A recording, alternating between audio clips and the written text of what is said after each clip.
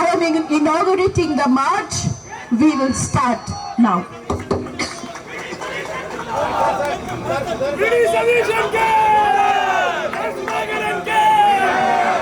പ്രതിപക്ഷ നേതാവ് നിങ്ങളോട് സംസാരിക്കുന്നു.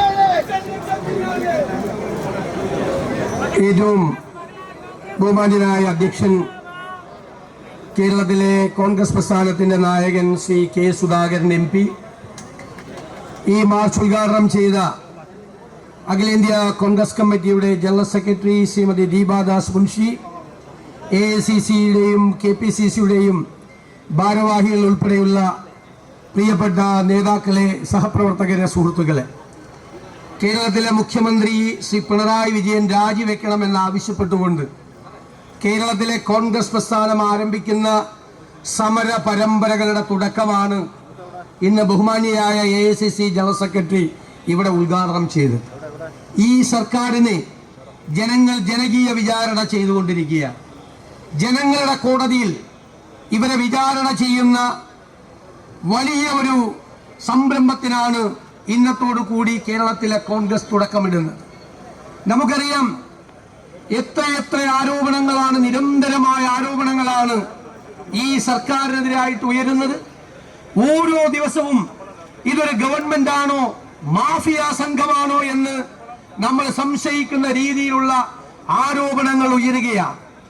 മുഖ്യമന്ത്രിയുടെ ഓഫീസ് എന്ന് പറയുന്നത് മാഫിയ തലവന്മാരുടെ സങ്കേതമായി മാറിയിരിക്കുന്നു. ഒന്നാമത്തെ പിണറായി വിജയൻ സർക്കാരിനെതിരെ ഉയർന്ന ആരോപണം സ്വർണ്ണക്കള്ളക്കടത്തായിരുന്നു. അതിൽ ഈ സിവിൽ സർവീസിലെ ഏറ്റവും മുതിർന്ന IAS ഉദ്യോഗസ്ഥൻ, മുഖ്യമന്ത്രിയുടെ പ്രിൻസിപ്പൽ സെക്രട്ടറി 100 ദിവസം ജയിലിൽ കിടന്നു. മുഖ്യമന്ത്രിയുടെ ഓഫീസായിരുന്നു ഈ സ്വർണ്ണക്കള്ളക്കടത്തിന്റെ കേന്ദ്രമെന്ന് തെളിയിക്കപ്പെട്ടു. പക്ഷേ കേന്ദ്ര ഏജൻസികളുടെ പിന്തുണയോടുകൂടി, അവരുടെ സഹായത്തോടുകൂടി ശ്രീ പിണറായി വിജയൻ അടക്കമുള്ള ആളുകൾ അന്ന് രക്ഷപ്പെട്ടു. കഴിഞ്ഞ തെരഞ്ഞെടുപ്പിന് മുൻപ് ഇവർ BJPയുമായും കേന്ദ്ര സർക്കാരുമായും അവിഹിതമായ ബാന്ധവമുണ്ടാക്കി. അതിന്റെ ബലത്തിൽ രണ്ടാം പിണറായി സർക്കാർ തുടരുകയാണ്. മാഫിയ സംഘങ്ങൾ വളരുകയാണ്. എന്തെല്ലാമാണ് മുഖ്യമന്ത്രിയുടെ ഓഫീസിന് നേരെ നടന്നിരിക്കുന്ന ആരോപണങ്ങൾ? ആരാണ് ആരോപണം ഉന്നയിച്ചത്? ഭരണകക്ഷിയിലെ MLA. പ്രതിപക്ഷം 2 വർഷം മുമ്പ് പറഞ്ഞു, മുഖ്യമന്ത്രി ഈ കേരളത്തിലെ പോലീസിനെ നിയന്ത്രിക്കുന്നത് മുഖ്യമന്ത്രിയുടെ ഓഫീസിലെ ഒരു ഉപജാപക സംഘമാണ് എന്ന്. ഇന്ന് ഭരണകക്ഷിയിലെ MLA പറയുന്നു, ആ ഉപജാപക സംഘം ചെയ്ത തെറ്റുകൾ ഓരോന്നായി പറയുന്നു. കഴിഞ്ഞ ഒരാഴ്ചയിലധികമായി ഭരണകക്ഷിയിലെ MLA തുടർച്ചയായി ആരോപണങ്ങൾ ഉന്നയിക്കുന്നു. EMS നമ്പൂതിരിപ്പാടിന്റെ കാലം മുതൽ ഇന്നുവരെ ഏതെങ്കിലും ഒരു ഭരണകക്ഷി MLA ഗവൺമെന്റിന് നേരെ വിരൽ ചൂണ്ടിയിട്ടുണ്ടെങ്കിൽ അതിനെ അധികാരത്തിലിരിക്കുന്നവർ മറുപടി പറഞ്ഞിട്ടുണ്ട്, നടപടിയെടുത്തിട്ടുണ്ട്. ഇവിടെ മിണ്ടാട്ടമില്ലാതെ മുഖ്യമന്ത്രി നിൽക്കുന്നു. എന്താരോപണം? വീണ്ടും സ്വർണ്ണക്കള്ളക്കടത്ത് ആരോപണം. മുഖ്യമന്ത്രിയുടെ ഉപജാപക സംഘത്തിലെ അഡീഷണൽ DGP, ക്രമസമാധാനത്തിന്റെ ചുമതലയുള്ളയാൾ സ്വർണ്ണക്കള്ളക്കടത്തിന് കൂട്ടുനിൽക്കുന്നു. കസ്റ്റംസ് ഏരിയയിൽ നിന്ന് പോലീസ് നിയമവിരുദ്ധമായി സ്വർണം പിടിച്ച് ആ സ്വർണം ഒരു ഗൂഢകേന്ദ്രത്തിൽ കൊണ്ടുപോയി ആ സ്വർണത്തിന്റെ അളവ് കുറച്ച് 3/4 ഭാഗം സ്വർണം അടിച്ചു മാറ്റി 1/4 ഭാഗം സ്വർണം കേസ് കൊടുക്കാൻ കസ്റ്റംസിന് കൈമാറുന്നു. സ്വർണ്ണക്കള്ളക്കടത്തുമായി ബന്ധപ്പെട്ട് ഈ ക്രമസമാധാന ചുമതലയുള്ള ADGPയുടെ അറിവോടെ മുഖ്യമന്ത്രിയുടെ പൊളിറ്റിക്കൽ സെക്രട്ടറിയുടെ അറിവോടുകൂടി 2 കൊലപാതകങ്ങൾ നടന്നിരിക്കുന്നു. 2 കൊലപാതകങ്ങൾ. അതിൽ കോഴിക്കോട് മാമിയുടെ ഭാര്യ ഹൈക്കോടതിയെ സമീപിച്ചു CBI അന്വേഷണം ആവശ്യപ്പെട്ടു. അന്വേഷണ ഉദ്യോഗസ്ഥൻ CBI അന്വേഷണം വേണമെന്ന് പറഞ്ഞു. സർക്കാർ വിറച്ചു നിൽക്കുകയാണ്. എന്താണ് ഈ സർക്കാരിന്, CPM-ന്, അധികാരികൾക്ക്, ഈ മാഫിയ സംഘത്തിന് ആ കൊലപാതകത്തിൽ ഉത്തരവാദിത്തമില്ല എങ്കിൽ എന്തുകൊണ്ട് CBI അന്വേഷിച്ചോട്ടെ എന്ന് സർക്കാർ ഹൈക്കോടതിയിൽ പറയുന്നില്ല? അപ്പൊ ആരോപണങ്ങൾക്ക് ചില വാസ്തവങ്ങളുണ്ട്. സ്വർണം കള്ളക്കടത്ത് മാത്രമല്ല, സ്വർണം കള്ളക്കടത്ത് നടത്തി കൊണ്ടുവരുന്നവന്റെ സ്വർണം അടിച്ചു മാറ്റുന്ന പുതിയ വാക്കാണ് സ്വർണം പൊട്ടിക്കൽ. അതുവരെ ചെയ്യുന്ന ആളുകളാണ് ഈ ഭരണത്തിന്റെ സ്ഥിരാകേന്ദ്രത്തിൽ, ഈ നോർത്ത് ബ്ലോക്കിൽ, ഈ മെയിൻ ബ്ലോക്കിൽ മുഖ്യമന്ത്രിയുടെ ഓഫീസിൽ ഇരിക്കുന്നത്. സ്വർണം പൊട്ടിച്ചു മാറ്റുന്നവർ, മാഫിയ സംഘങ്ങൾക്ക് കുടപിടിച്ചു കൊടുക്കുന്ന ആളുകൾ, അഴിമതി, കോഴ, SP ഓഫീസിലെ മരം വരെ വെട്ടിമാറ്റിയാണ്. എന്നിട്ട് ഒന്ന് ആലോചിച്ചു നോക്കിയേ, ഇവര് കുറച്ചു നാൾ കൂടി ഇരുന്നാൽ ഈ സെക്രട്ടേറിയറ്റിന് വീല് വെച്ച് വീട്ടിൽ കൊണ്ടുപോകും. അതിനും മടിക്കാത്തവരാണ്. എവിടെയുള്ള കമന്ന് വീണാൽ കാൽപ്പണമായി പൊങ്ങുന്ന അഴിമതിക്കാരുടെ താളമാണ് മുഖ്യമന്ത്രിയുടെ ഓഫീസ്. കോടികൾ ഉണ്ടാക്കിയാണ്, കോടികൾ കോടികൾ. എല്ലാത്തിനും അഴിമതിയാണ്. ഒരു ഓൺലൈൻ കാരൻ എന്താണ് പോലീസിന്റെ വയർലെസ് സന്ദേശം പിടിച്ചു, അവന്റെ കയ്യിൽ നിന്ന് 2 കോടി മേടിച്ചു എന്ന് ഞാനല്ല പറഞ്ഞതാരാ? പറഞ്ഞത് ഭരണകക്ഷി MLA. എന്നിട്ട് പോലീസ് പാവം ഇതുപോലത്തെ നിൽക്കുന്ന പോലീസുകാർ അവനെ അന്വേഷിച്ച് പോവാണ് പൂനെയിൽ. അപ്പൊ ആരാ ഒറ്റിക്കൊടുക്കുന്നത്? പോലീസ് വന്നിട്ട് മാറിക്കോളാൻ പറയുന്നത് ആരാ? Additional DGP law and order. അവൻ രക്ഷപ്പെട്ട് ഡൽഹിയിലെത്തി. അപ്പൊ ഈ പാവം പോലീസുകാരൻ അവൻ ഡൽഹിയിലുണ്ട് എന്ന് കണ്ടുപിടിച്ച് അവനെ അറസ്റ്റ് ചെയ്യാൻ പോവുകയാണ്. അപ്പൊ വിളിച്ചു പറഞ്ഞു, കേരള പോലീസ് ഡൽഹിയിലേക്ക് വരുന്നുണ്ട്, നീ മാറിക്കോ. ആരാ പറഞ്ഞത്? Additional DGP law and order. Best ഒറ്റ. ഇതിനേക്കാൾ നല്ല ഒറ്റുകാരെ കിട്ടില്ല. അവരെല്ലാം മുഖ്യമന്ത്രിയുടെ ഓഫീസിലാണ്. BJP നേതാവ് ഞാനൊരു ആരോപണം ഉന്നയിച്ചു കഴിഞ്ഞ ദിവസം. 2023 ഏപ്രിൽ 20 തൊട്ട് 22 വരെ തീയതികളിൽ RSSന്റെ അഖിലേന്ത്യാ ജനറൽ സെക്രട്ടറി ദത്താത്രേയ ഹൊസബലെ ആ 3 ദിവസം ആ ക്യാമ്പിൽ പങ്കെടുത്ത് 20 ദിവസത്തെ ക്യാമ്പാണ്.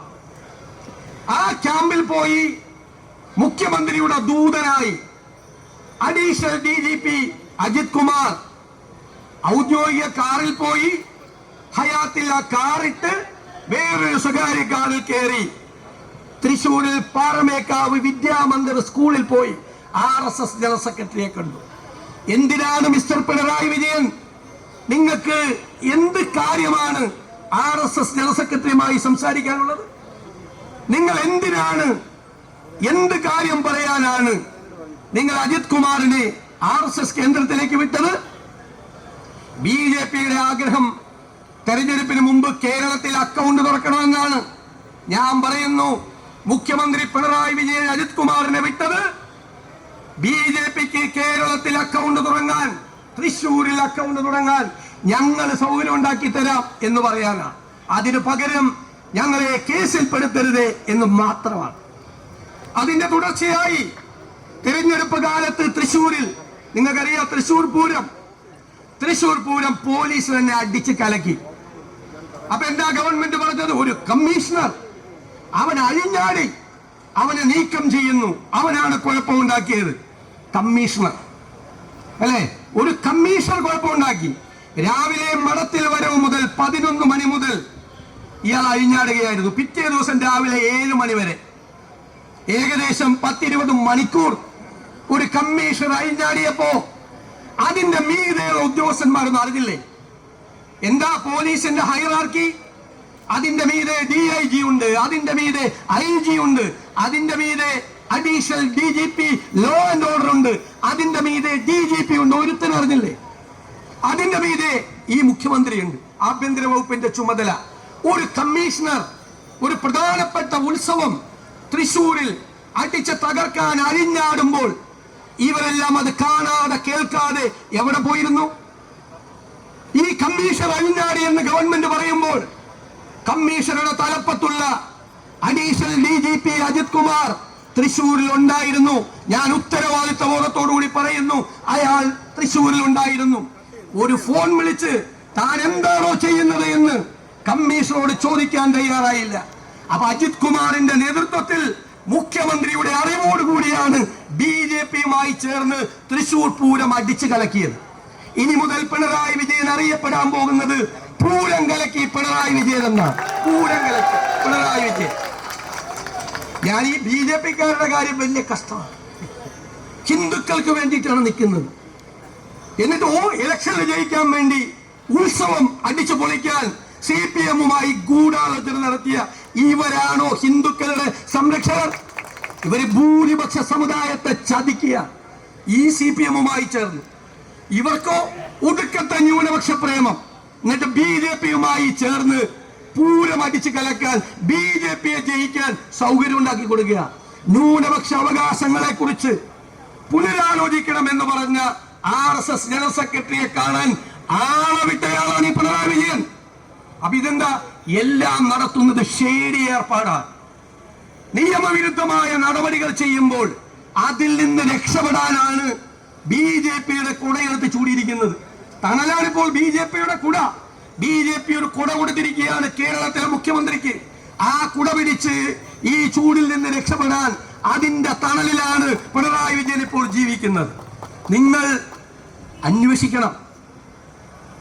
ഈ ഭരണകക്ഷി MLA പറഞ്ഞപ്പോൾ നിങ്ങൾ അന്വേഷിക്കാമെന്ന് പറഞ്ഞു.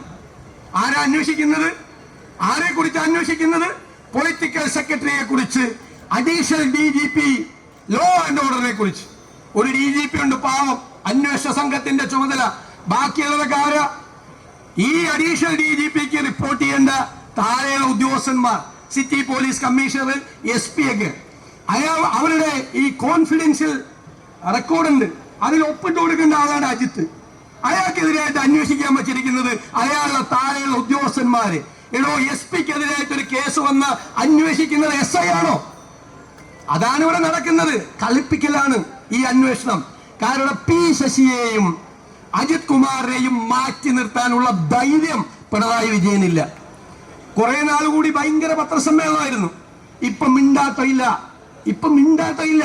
ഇത്രയും ആരോപണങ്ങൾ വന്നിട്ട് ഒന്ന് ചുണ്ടരക്കി മറുപടി പറയാൻ ധൈര്യമില്ലാത്ത ഭീരുവായ മുഖ്യമന്ത്രിയാണ് കേരളം ഭരിക്കുന്നത്. ഇയാൾ മഹാമൗനത്തിന്റെ മാളങ്ങളിൽ ഒളിച്ച ഭീരുവായ മുഖ്യമന്ത്രിയാണ് കേരളം ഭരിക്കുന്നത്. എനിക്ക് മുഖ്യമന്ത്രിയോട് പറയാനുള്ളത്, ഏഴാം മൂലികളായ CPM നേതാക്കന്മാരോട് പറയാനുള്ളത്, ഇത് കേരളമാണ്. കേരളം ഇത് കാണുകയാണ്. അതിശക്തമായി പ്രതിപക്ഷം ജനങ്ങളോടൊപ്പം നിന്ന് ഞങ്ങൾ ചെയ്യുന്നത് പോരാ എന്നാണ് ജനങ്ങൾ പറയുന്നത്. എന്തുകൊണ്ടാണ് അവരങ്ങനെ പറയുന്നത്? അത്രയും പ്രതിഷേധം കനലായി ജനങ്ങളുടെ മനസ്സിൽ ആളുകയാണ് ഈ സർക്കാരിനെതിരായി. ആ ആളിക്കത്തുന്ന ജനവികാരം അതിന്റെ അകത്ത് എരിഞ്ഞിറങ്ങാൻ പോവുകയാണ് ഈ ഗവൺമെന്റ്. ബംഗാളിൽ നിന്നുള്ള മാഡം ഇവിടെ ഇരിക്കുന്നുണ്ട്. CPMന്റെ 33 വർഷക്കാലത്തെ അന്ത്യം കണ്ട കോൺഗ്രസ് നേതാവാണ് ശ്രീമതി ദീപാദാസ് മുൻഷി. ഞാൻ ഈ വേദിയിൽ സെക്രട്ടേറിയറ്റിന്റെ മുമ്പിൽ നിന്ന് പറയുന്നു, ബംഗാളിൽ എന്താണ് CPMന് സംഭവിച്ചത്? ജീർണത. ഈ CPMനെ കേരളത്തിന്റെ മണ്ണിൽ കുഴിച്ചു മൂടി വാഴ വച്ചിട്ടേ ഈ പിണറായി വിജയൻ പോവുള്ളൂ. അതിന്റെ അന്ത്യം ബംഗാളിന്റെ തനിയാവർത്തനമാണ് കേരളത്തിൽ നടക്കാൻ പോകുന്നത്. അതിന്റെ അവസാന കർമ്മങ്ങളാണ് ഇപ്പോൾ ചെയ്യുന്നത്. നമ്മൾ നിരന്തരം നമ്മുടെ കുട്ടികളെ ഈ സെക്രട്ടേറിയറ്റിന്റെ മുന്നിലിട്ട് ക്രൂരമായി തല്ലിച്ചതച്ചു. നവകേരള സദസ്സിൽ ഞങ്ങളുടെ കുഞ്ഞുങ്ങളെ തല്ലി. ഒരു പോലീസുകാരന് പരിക്കില്ല, ഒരു വണ്ടിയുടെ ചില്ല് തകർന്നിട്ടില്ല. എന്നിട്ടും ഞങ്ങളുടെ നേതാക്കളെ പട്ടിയെ പോലെ ഈ റോഡിലിട്ട് തല്ലി, ക്രൂരമായി തല്ലി. അവിടെ ഇരിക്കുന്നവന്മാരെ സന്തോഷിപ്പിക്കാൻ ഇട്ടിരിക്കുന്ന കാക്കിയുടെ വിലയറിയാതെ ഏതെങ്കിലും ഉദ്യോഗസ്ഥന്മാർ അമിതാധികാരം പ്രയോഗിച്ചാൽ അവന്മാരെല്ലാം ചെവിയിൽ നുള്ളിക്കോ എന്ന് ഞാൻ പറയാ. ഒറ്റൊരുത്തനെ വെറുതെ വരില്ല. ഒറ്റൊരുത്തനെ. അധികാരവും നിയമവും പഠിച്ചോട്ടെ പോലീസ്. ഇന്നലെ കാണിച്ചത് അമിതാധികാരമാണ്. അങ്ങനെയുള്ള അധികാരം പോലീസിനാരും കൊടുത്തിട്ടില്ല. മോളിലിരിക്കുന്നവന്മാരെ സൂചിപ്പിക്കാൻ വേണ്ടി ചെയ്താൽ ഒരുത്തൻ നടക്കണ ഇപ്പോ തെക്ക് വടക്ക് ഒരാളുമില്ല സംരക്ഷിക്കാൻ, ഒരാളും ഉണ്ടാവില്ല സംരക്ഷിക്കാൻ. എന്റെ അങ്കിളാണ് എന്ന് പറഞ്ഞിട്ടാണ് വേറൊരുത്തൻ വേറെ ഏർപ്പാട് മലപ്പുറത്ത് ചെയ്തത്. ഇത് മുഖ്യമന്ത്രി അങ്കിളാണെന്ന് പറഞ്ഞുകൊണ്ട്. എന്റെ മോനെ, ഒരു അങ്കിളും ഉണ്ടാവില്ല രക്ഷിക്കാൻ. അപകടത്തിൽപ്പെട്ട രക്ഷിക്കാൻ ഒരുത്തരും ഉണ്ടാവില്ല എന്നുള്ള ഓർമ്മ ഈ ഉദ്യോഗസ്ഥന്മാർക്കുണ്ടെങ്കിൽ നല്ലത്. ഒരുപാട് നല്ല ആളുകളുണ്ട് പോലീസിൽ, നല്ല മനുഷ്യരുണ്ട്. അവരൊക്കെ സൈഡ് ലൈൻ ചെയ്യപ്പെട്ടു. സ്കോട്ട്ലൻഡ് യാർഡിനെ വെല്ലുന്ന പോലീസായിരുന്നു കേരളത്തിലെ പോലീസ്.